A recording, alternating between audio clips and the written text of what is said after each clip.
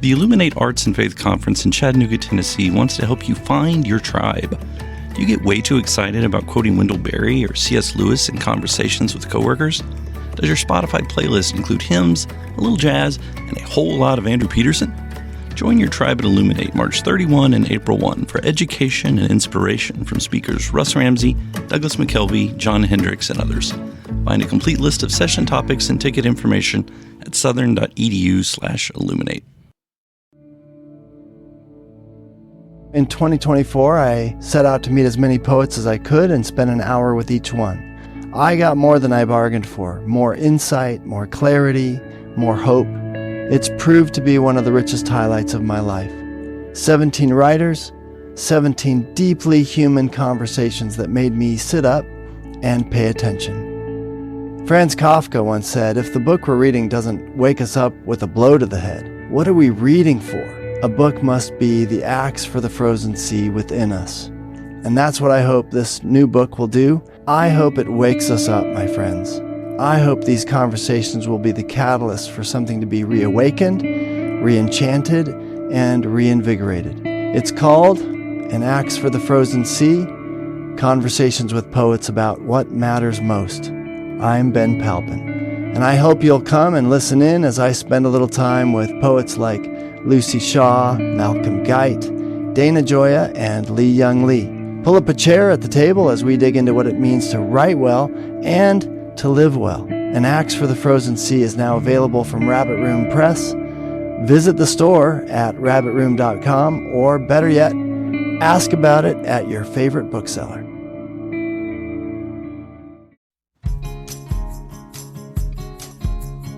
Welcome to the Habit Podcast, conversations with writers about writing. I'm Jonathan Rogers, your host. I'm going to try something new here at the Habit Podcast. Instead of an interview, I'm going to read you a little essay I wrote. I presented a version of this essay as a talk for the Rabbit Room's 2024 House Mood event. It's called Love, Happiness, and Creative Work. The music you hear every week on this podcast is Diamonds by Taylor Leonhardt. It's a song I love, and I especially love this line from the chorus. You are not an afterthought. Love himself dreamed you up. That idea is the starting point for this essay about love and creativity. It's also going to be the ending point, and I'm going to hit it a few times in the middle too. You are not an afterthought. Love himself dreamed you up. Probably 10 years ago, maybe further back than that, I attended a talk by the mathematician and apologist John Lennox. He suggested that the fundamental difference between an atheist and a theist is that an atheist believes that matter gave rise to mind, and a theist believes that mind gave rise to matter.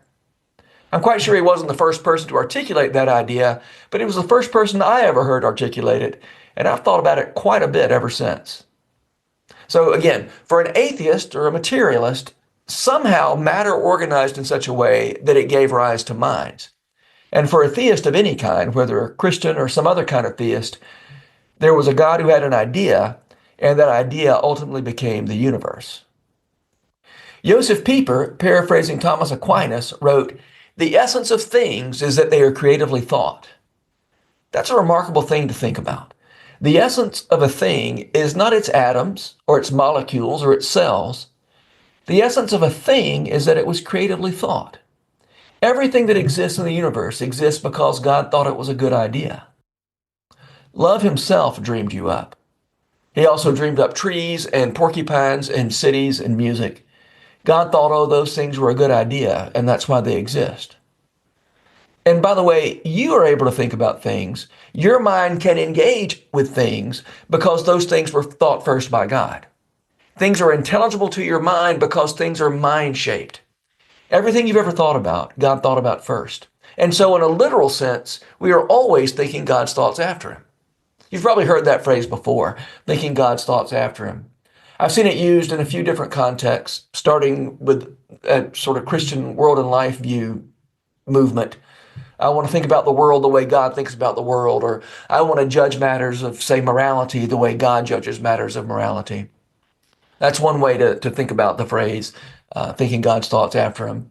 I think the phrase, Thinking God's thoughts after him originated with Johannes Kepler, the 16th and 17th century astronomer who described science as thinking God's thoughts after him. God thought the universe into being, and so when we're doing scientific work, in Kepler's case, understanding the way planets and the stars move, we're thinking God's thoughts after him. I've already suggested that in one important sense, we can't help but think God's thoughts after him, because everything you've ever thought about was God's thought before it was a thing. But also, I want to consider the possibility that to love is to think God's thoughts after him. The word love is used in a lot of different ways, right? I love my wife. I love my children. I love my friends. I love sad old country songs. I love Shakespeare's King Lear. I love watermelon. All right, I'm not going to get pedantic about the difference between agape love and phileo love and eros love, nor am I going to scold anybody about using the word love too loosely. Rather, I want to pay attention to what all those uses of the word love have in common. As Joseph Pieper says, in every conceivable case, love signifies the same thing as approval. So no, I don't mean exactly the same thing when I say I love watermelon and my wife and King Lear, but I do at least mean that I approve of them. As Pieper points out, approval derives from the Latin word probus, which just means good. So then to approve of or to love a person or a thing is to say, it is good that you exist. It's good, wife, that you exist. It's good, friend, that you exist. It's good, watermelon, that you exist. I don't think it's a stretch then to offer this working definition. To love is to say, God thinks it's a good idea that this person or even this thing exists. And so I think it is too. Love himself dreamed you up. Love himself thought you were a good idea, and he wasn't wrong about that. To love is to agree with the God who made the beloved. When you love a child, you affirm the child. You say it's good that the child exists. But also, you affirm the child's maker and the whole plan that resulted in this child's existence. In doing so, you align your will with the will of the maker who thought that child was a good idea. I know you've heard this idea before, that love is not an emotion, it's an act of the will. Well, yes and amen. Pieper says the most extreme form of affirmation that can possibly be conceived of is creation, which is very much an act of the will. Remember, in the creation story, at the end of every day, God says, it is good. God made that statement after each phase of creation, but Thomas Aquinas would say that love, that approval, affirmation preceded the creation. So it's not just that God made things and then judged them good. It's that he knew they would be good, and so he made them. So then in creation, love and will are altogether inseparable. Everything exists because God wanted it to exist because he thought it was good. Love himself dreamed you up. And so human love is always an imitation and a repetition of the love of God. So Pieper again. He says, the lover knows that his affirmation directed toward the beloved would be pointless were not some other force akin to creation involved. And moreover, a force not merely preceding his own love, but one that is still at work and that he himself, the loving person, participates in and helps along by loving. Okay, I know that was a lot, but let's put it this way. When you love, you are joining into a love that is already in motion, the love of God for the creature. That love precedes your love, but also the loving and creative act of God is still unfolding. Creation is not just something that happened in the past and is now finished. Rather, creation is always continuing. And the human lover, by some mystery, has a part to play in that creative act. If that sounds overly mystical, consider this. There are people you love in whom you see things that they can't see in themselves. As you call out those things in them, you help them become who they really are. It's the lover's job to see things in the beloved that the beloved can't see in herself or himself. So your love is an echo of the love of God. But it's not only an echo. It's also a continuation and even an expansion of the creative act that God is doing. God allows us to participate in his ongoing creation. So there's the argument that love is a kind of creative work. Your love for the people around you, your love for the world around you is a kind of creative work because our love affirms and agrees with the loving creative work of God. And because God's love and creativity are not past tense, are not completed, we are in some way participants in the unfolding of the glories of the people we love. That's a pretty remarkable thing to think about, isn't it? So then, if love is a kind of creative work, Can we also say that creative work is a kind of love? Well, I think the answer is yes. Thus far, I've mostly been talking about loving people. It's maybe easier to understand some of these concepts when we apply them to people, right? As we love the people we love, we participate in the unfolding and the expansion of their glories. And also, the God who began a good work in you will complete that work through the people who love you, right? God began the work. He's going to complete it. And somehow human love is a part of that process. But what about the rest of the world? What about the not people aspects of creation, which, by the way, account for most of creation? Well, God loves that creation too. And according to Romans 8, the creation itself will be liberated from its bondage to decay and brought into the freedom and glory of the children of God. So just as people are moving toward a glorified state, the rest of creation is also moving toward a glorified state. And we have a role there too, a loving role, a creative role.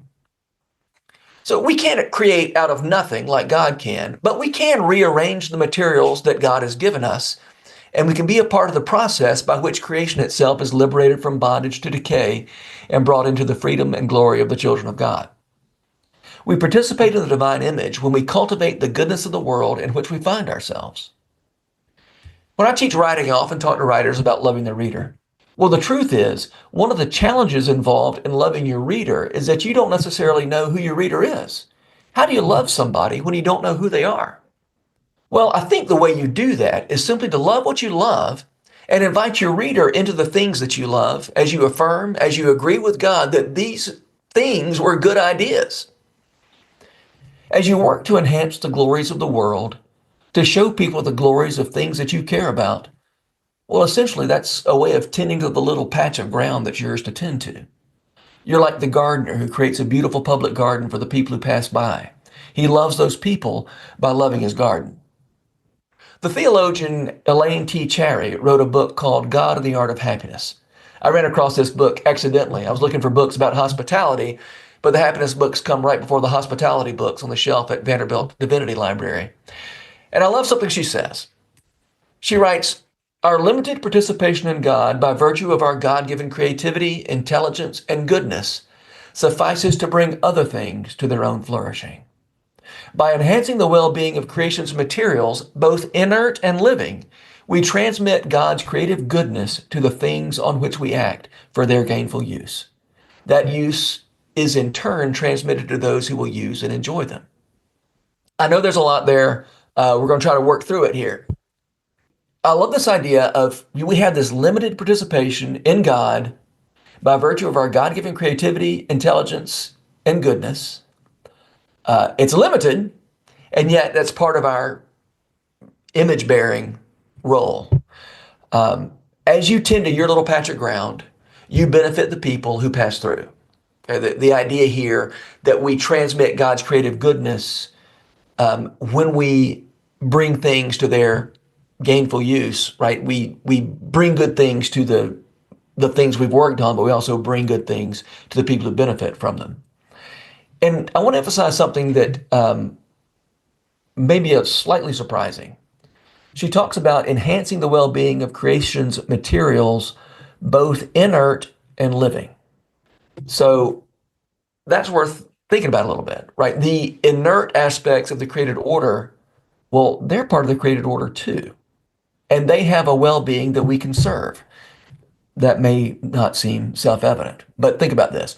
If you're a gardener, you're bringing the raw material of creation, some of it inert, right? Soil is inert, but you're bringing it toward its perfection, and you're adding to the goodness and to the glory and to the wonders around you. And in so doing, you're loving the people around you. And also, we're going to return to this in a minute, you're making the world look a little bit more like the world you want to live in. I've been using the example of a community garden that benefits the people in the community, but also it benefits the gardener because now the neighborhood has a garden. The neighborhood is more like the kind of neighborhood that gardener wants to live in. Well, Elaine Cherry uses the language of flourishing, right? She speaks of using your God-given creativity, intelligence, and goodness to bring things to their own flourishing. Well, Aquinas says essentially the same thing, but he uses the language of purpose. He says, since all things are purposeful, the better we advance other things to their proper purpose, the more godly we are, and the happier we become as the persons we are and are becoming. The idea is this. God had an idea of what any given thing was and what it was for before he made it. Therefore, everything has a purpose. Okay? Everything that was thought is purposeful. And then you move toward joy as you advance other things toward their proper purpose. As you extend out from your own self and see how you can make the things of the created order align a little more with their purpose, you are affirming and you are agreeing with God's purposes. So when we do creative work, and I'm defining creative work very broadly here, we're doing a few different things simultaneously. One thing we're doing is simply giving voice to or drawing the attention of our readers or listeners or audience members, the people who pass through our patch of ground. We're drawing their attention to the glories of creation, right? We give an account of the hope that is within us. When St. Peter talks about always being prepared to give an account of the hope that's within you, I always assumed that he was talking about making arguments. Now I think maybe it's more about just affirming, giving an account of what it is that seems good about the created order. It seems like the world needs that kind of affirmation as much as it ever has. To give an account of the hope within us may be as simple as saying, I have seen these wonders and I want you to see them too. It's a way of saying, it's good that these things exist. God wasn't wrong when he thought they were a good idea. Well, maybe along the same lines, Wendell Berry wrote, the business of literature then is to renew not only itself, but also our sense of the perennial newness of what is perennially new. Yes and amen. So that's one role, an incredibly important role of a person who's doing creative work. And all good work is creative in some sense. Whatever work you do, I hope you're always giving a truer account of things than the world is giving. Every time you make a good meal and serve it to people you love, you're telling a different story than, say, McDonald's is telling. When you garden, you bring order to disorder. You're telling a story about how the world can be. So you're always telling a truer story in your creative work. You're always bearing witness to a created order that you didn't make, that exists without reference to you. Okay, that's one thing you're doing. But also, when you make, you're also adding to the stock of good things in the world, right? You're not just pointing to good things that you didn't make. And as you stay alert to the wonders in the world, those wonders inspire you to do. They inspire you to make. And yet, as Junius Johnson has said, the wonder you create is not the wonder you first saw. You take in as much as you can take in. You try to give a voice to it. But what you produce always turns out to be something different from what you took in. That can be frustrating. And yet, when you make anything at all, you've added to the stock of wonder in the world. So even when your work feels like a failure, I hope you'll consider the possibility that you've added to the stock of wonders in the world, and the wonders of the world are shared property, which is to say, as they increase, we all get richer. Here's what Thomas Aquinas had to say on the subject. And I have to acknowledge Elaine T. Cherry again because I first saw this Aquinas quote in her book. The good of one becomes common to many if it flows from the one to the others. God communicated his goodness to his creatures in such wise that one thing can communicate to another the good it has received. Two ideas I want to make sure you get from this. First, the idea of the good of one becoming the good of the many. As you put good things into the world, those goods become common property. And secondly, God organized the universe in such a way that the good that he has given to you is communicable to others. And I don't just mean communicable as in you can put it into a message that can then be told or sung or preached or whatever. Goodness is communicable the way the flu is communicable. And so the goodness that God has blessed you with, the gifts that he has blessed you with, are communicable to others. They can be passed along. And as they are communicated, they become shared property. To borrow from Lewis Hyde's book, The Gift, intangible goods like beauty and hope and love and joy operate in the gift economy, not the market economy. And when you give away intangible goods, they aren't subtracted from your stock. They're multiplied. When you give away love or joy or beauty, you have more, not less. If you give away knowledge, you don't have less knowledge. In fact, you have your knowledge more completely. So again, when you're doing creative work, when you're adding to the stock of wonders in the world, you aren't working in an economy of scarcity. It's not a zero-sum game. As you do good work, as you bring other things and other people to their own flourishing, The good you add becomes common to many. The flourishing that you give to others becomes your own flourishing. So here's Elaine Cherry again. Acting on things for their good advances their purpose, and as this happens, we are also improving. Enhancing the flourishing of others enhances our own. This is enjoying ourselves and being happy in life. In addition to being godlike, living excellently is simply pleasurable. So as you affirm and agree with and participate in the loving creativity of the God who dreamed all this up, the world you live in starts to look more like the world you want to live in. Along the Camino de Santiago, the pilgrimage route in Spain, there's a monastery called Irache that's quite famous among the pilgrims who pass through. All along the Camino, inns and hostels and villages provide water fountains for the hot, thirsty, dusty travelers who are walking through. So, like many of the hospitable locals along the route, the monks at Irache provide a water fountain, but also they provide a wine fountain. The monastery has its own vineyard, so the monks invite pilgrims passing through to fill up a cup of wine at the wine fountain. There's a sign at the fountain that translates, "Pilgrim, if you want to reach Santiago with strength and vitality, drink from this great wine and toast to happiness." It's a kindness to provide water to those passing through. But wine, that's just prodigal, right?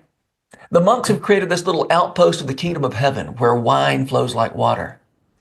I love that image. I love it for the pilgrims, but I especially love it for the monks. The people who pass through, well, they're just passing through. But the monks, they live in a place where wine flows like water. And don't you think they love that? Don't you think they love living in a world where that kind of prodigality is an everyday occurrence? Again, this is the economy you live in when you do creative work. Your little patch of ground is a blessing to the people who pass through, and that's gratifying. But just as importantly, you get to live there. You get to live in this place that looks a little bit more like the world you want to live in. It's good that you exist. Love himself dreamed you up. So I hope you'll go out and do some good work, make some beautiful things.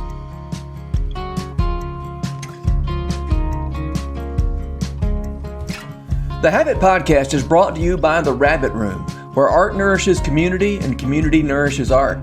You can support their work, including this podcast, by becoming a member. Visit rabbitroom.com/membership. Special thanks as well to Taylor Leonhardt for letting us use her song Diamonds as the theme music for the Habit Podcast.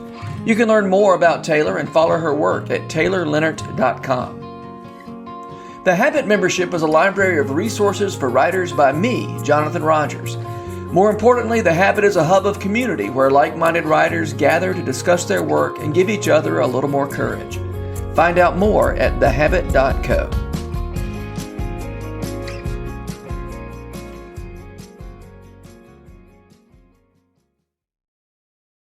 If you've enjoyed this podcast episode, consider joining the Rabbit Room membership. Your membership helps sustain this community, funding everything from publishing and podcasts and theater productions to events and programs that support artists who create with a Christ-centered vision. We'd love to have you on board. Learn more at rabbitroom.com/member.